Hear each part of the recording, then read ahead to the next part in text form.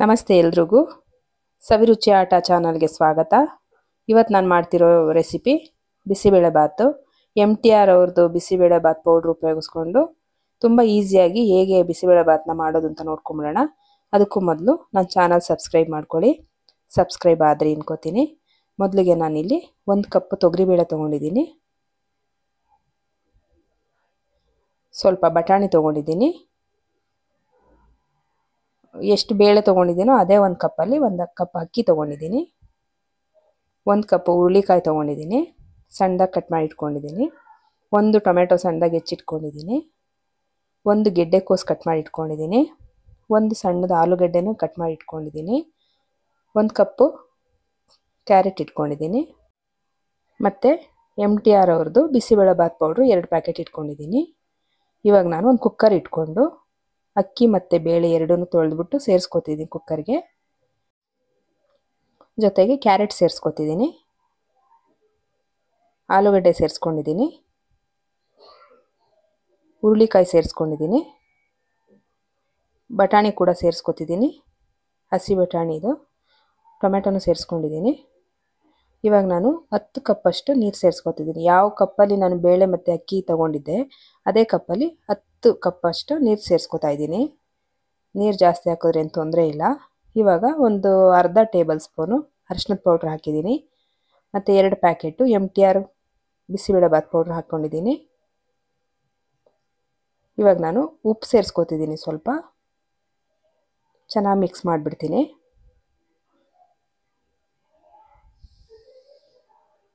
Mix ಮಾಡಿ ಆಯಿತು. ಇವಾಗ ಒಂದು 4 ವಿಷಲ್ ಬರೋವರೆಗೂ ಕೂಗಿಸ್ಕೊತೀನಿ ನಾನು ಕುಕ್ಕರಲ್ಲಿ. ಸ್ಟವ್ ಹಚ್ಚಿದಾಯಿತು, ಕುಕ್ಕರ್ ಇಟ್ಟಿದ್ದೀನಿ ಸ್ಟವ್ ಮೇಲೆ. ಅಷ್ಟರಲ್ಲಿ ನಾನು ಒಗ್ಗರಣೆಗೆ ಸ್ವಲ್ಪ ಗೋಡಂಬಿ ತೊಗೊಂಡಿದ್ದೀನಿ, ತುಪ್ಪ ತೊಗೊಂಡಿದ್ದೀನಿ 2 ಸ್ಪೂನು, ಹಸಿಮೆಣ್ಸಿನ್ಕಾಯಿ 3 ತೊಗೊಂಡಿದ್ದೀನಿ ಕಟ್ ಮಾಡಿಕೊಂಡು, 1 ಈರುಳ್ಳಿ ಕಟ್ ಮಾಡ್ಕೊಂಡಿದ್ದೀನಿ, ಸ್ವಲ್ಪ ಬೆಳ್ಳುಳ್ಳಿ ಜಜ್ಜಿಟ್ಕೊಂಡಿದ್ದೀನಿ, ಸ್ವಲ್ಪ ಕರಿಬೇವು ಇಟ್ಕೊಂಡಿದ್ದೀನಿ, 1 ಕ್ಯಾಪ್ಸಿಕಮ್ ಕಟ್ ಮಾಡಿ ಇಟ್ಕೊಂಡಿದ್ದೀನಿ, ಸ್ವಲ್ಪ ಹುಣಸೆಹಣ್ಣು ರಸ ತೊಗೊಂಡಿದ್ದೀನಿ. ನೋಡಿ, ಈ ರೀತಿ ಬೆಂದಿದೆ. ಬೇಳೆ ಮತ್ತು ರೈಸು ತರಕಾರಿ ಎಲ್ಲ ಚೆನ್ನಾಗಿ ಬೆಂದಿದೆ. ನಾನೇನು ನೀರೆಲ್ಲ ಸೇರಿಸೋದೇ ಬೇಕಿಲ್ಲ ಇದಕ್ಕೆ. ಒಂದು ಹದವಾಗಿದೆ. ಚೆನ್ನಾಗಿ ಮಿಕ್ಸ್ ಮಾಡ್ಕೊಂಡಿದ್ದೀನಿ.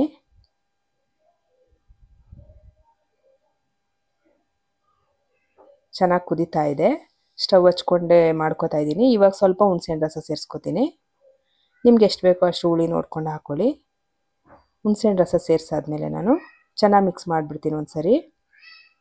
ಚೆನ್ನಾಗಿ ಮಿಕ್ಸ್ ಆಯಿತು.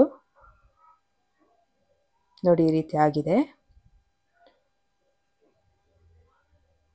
ಸ್ಟವ್ ಉರಿತಾ ಇರಲಿ, ಅದ್ರ ಪಡೆಗೆ ಅದು ಕುದೀತಾ ಇರಲಿ. ಇವಾಗ ನಾನು ಒಗ್ಗರಣೆಗೆ ಇಟ್ಕೊಂಡ್ಬಿಡ್ತೀನಿ. ಒಂದು ಬಾಣಲಿ ಬಿಸಿಗೆ ಇಟ್ಕೊಂಡು ತುಪ್ಪ ಸೇರಿಸ್ಕೊಂಡಿದ್ದೀನಿ. ತುಪ್ಪಕ್ಕೆ ಸ್ವಲ್ಪ ಸಾಸಿವೆ ಸೇರಿಸ್ಕೊಂಡಿದ್ದೀನಿ. ಸಾಸಿವೆ ಸಿಡಿತಾ ಇದೆ. ಇವಾಗ ಹಸಿಮೆಣ್ಸಿನ್ಕಾಯಿ ಸೇರಿಸ್ಕೊತಿದ್ದೀನಿ, ಜೊತೆಗೆ ಬೆಳ್ಳುಳ್ಳಿನೂ ಸೇರಿಸ್ಕೊಂಡಿದ್ದೀನಿ, ಕರಿಬೇವಿನ ಸೊಪ್ಪು ಸೇರಿಸ್ಕೊಂಡಿದ್ದೀನಿ. ಚೆನ್ನಾಗಿ ಫ್ರೈ ಮಾಡ್ಕೊಳ್ಳೋಣ. ಹಸಿ ವಾಸನೆ ಎಲ್ಲ ಹೋಗೋವರೆಗೂ ಫ್ರೈ ಮಾಡ್ಕೊಂಡಿದ್ದೀನಿ. ಇವಾಗ ನಾನು ಈರುಳ್ಳಿ ಕಟ್ ಮಾಡಿ ಇಟ್ಕೊಂಡಿದ್ದೆ ಅಲ್ವಾ, ಈರುಳ್ಳಿ ಸೇರಿಸ್ಕೊಂಡಿದ್ದೀನಿ. ಈರುಳ್ಳಿ ಬಣ್ಣ ಚೇಂಜ್ ಆಗೋವರೆಗೂ ಚೆನ್ನಾಗಿ ಫ್ರೈ ಮಾಡ್ಕೋಬೇಕು.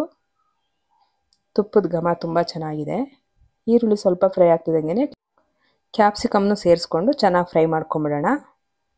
ಚೆನ್ನಾಗಿ ಫ್ರೈ ಆಗೋವರೆಗೂ ಹುರ್ಕೋತಾ ಇರಬೇಕು ಕೈ ಬಿಡ್ದಲೆ. ಈರುಳ್ಳಿನೂ ಹಸಿ ವಾಸನೆ ಎಲ್ಲ ಹೋಗಬೇಕು. ಕ್ಯಾಪ್ಸಿಕಮ್ ಸ್ವಲ್ಪ ಮೆತ್ತಗಾಗಬೇಕು.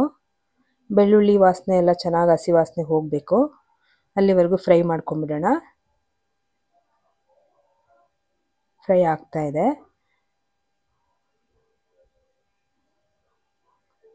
ನೋಡಿ, ಬಣ್ಣ ಚೇಂಜ್ ಆಗ್ತಾ ಇದೆ.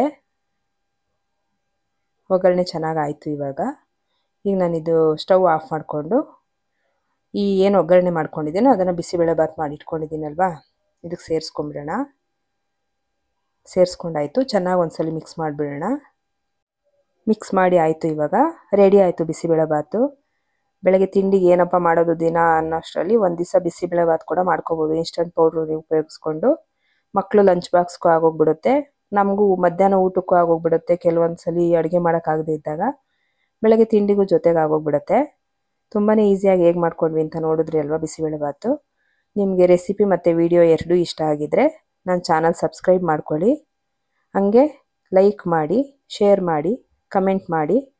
ಇನ್ನೂ ಒಳ್ಳೊಳ್ಳೆ ವೀಡಿಯೋಸ್ನ ನಾನು ಹಾಕ್ತೀನಿ. ಇಷ್ಟೊತ್ತು ನಾನು ವಿಡಿಯೋ ನೋಡಿದ್ದಕ್ಕೆ ಧನ್ಯವಾದಗಳು.